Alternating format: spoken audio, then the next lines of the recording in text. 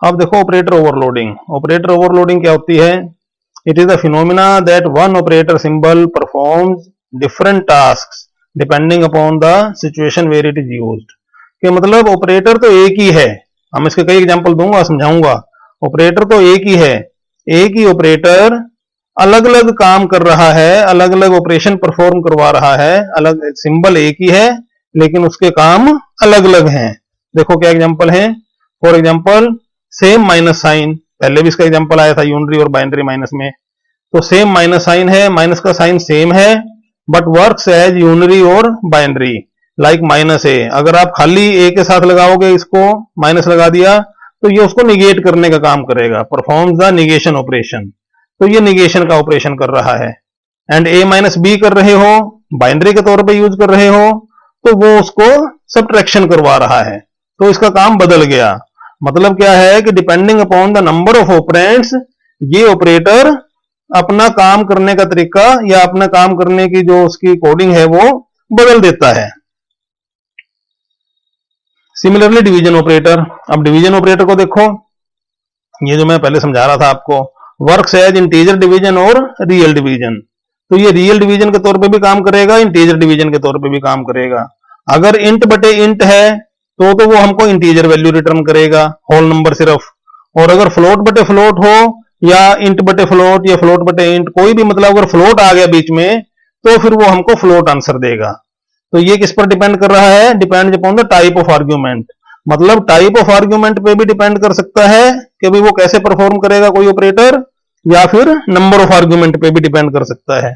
और एग्जांपल देखो, similarly star operator है। अब स्टार का ऑपरेटर है, ये मल्टीप्लिकेशन करने के लिए हम जानते हैं, works as multiplication as well as dereferencing operator. तो डी रेफरेंसिंग के काम तौर पे भी काम करते हैं। डी रेफरेंसिंग क्या होती है? डी रेफरेंसिंग है कि भी किसी भी पॉइंटर के आगे अगर आप इस स्टार ऑपरेटर को लगाओगे तो ये क्या करेगा कि उस पॉइंटर में जिस मेमोरी लोकेशन का एड्रेस सेव कर रखा है उस लोकेशन पर जो वैल्यू होगी वो वैल्यू हमको उठाकर लाकर दे देगा। ये डी रेफरेंसिंग ऑपरेटर का काम है। तो दोबारा देखो कि स्टार ऑपरेटर दो काम कर रहा है मल्टीप्लिकेशन का। A star B performs the multiplication but star pointer, अगर आप इस स्टार को यूनरी के तौर पे पॉइंटर के आगे लगा देते हो यूनरी ऑपरेटर के तौर पे, तो वो क्या करेगा? Gives the value residing at the location pointed to by the pointer. तो पॉइंटर ने जिस लोकेशन का एड्रेस होल्ड कर रखा है उस एड्रेस पर, उस लोकेशन पर कौन सी वैल्यू पड़ी है ये वैल्यू हमको दे देगा। तो ये जो स्टार ऑपरेटर है ये किस पर डिपेंड कर रहा है? Depend upon number of argument. तो नंबर ऑफ आर्ग्यूमेंट पर स्टार ऑपरेटर अपना काम बदल देगा। बाइनरी ऑपरेटर के तौर पे ये मल्टीप्लिकेशन करेगा और यूनरी ऑपरेटर के तौर पे ये डी रेफरेंसिंग ऑपरेटर वाला काम करेगा। फिर है कॉन्टेक्स्ट सेंसिटिविटी।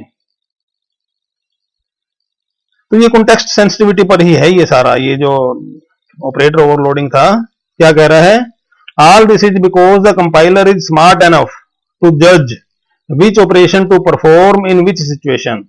कि भाई ये जितने भी ये डिसीजन ले रहा है ये किस वजह से हो रहे हैं कि उसमें जो कंपाइलर है, कंपाइलर में ये जज करने की खूबी है कि वो ये डिसाइड कर सकता है कि भैया मुझे इस पॉइंट पर इस सिचुएशन में इस ऑपरेटर का ये वाला रूप चलाना है या इस सिचुएशन में मुझे इस ऑपरेटर का ये वाला रूप चलाना है। उसके रूप हैं, कई रूप हैं।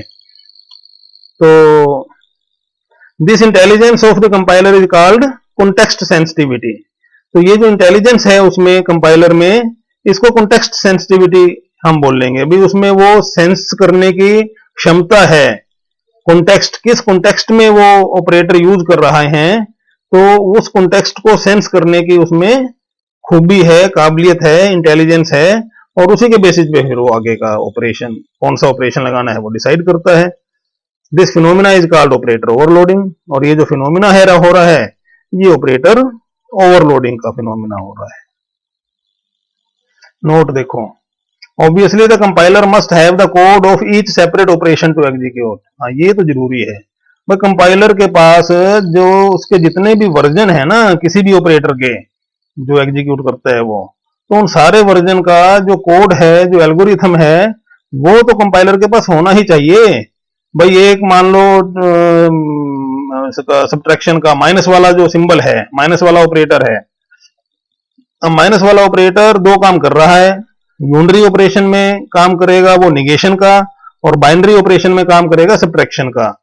तो कंपाइलर के पास निगेट करने वाला कोड भी मौजूद होना चाहिए एल्गोरिथम, और सब्ट्रैक्शन करने वाला भी मौजूद होना चाहिए, तभी तो वो उन दोनों में से किसी एक को चलाएगा।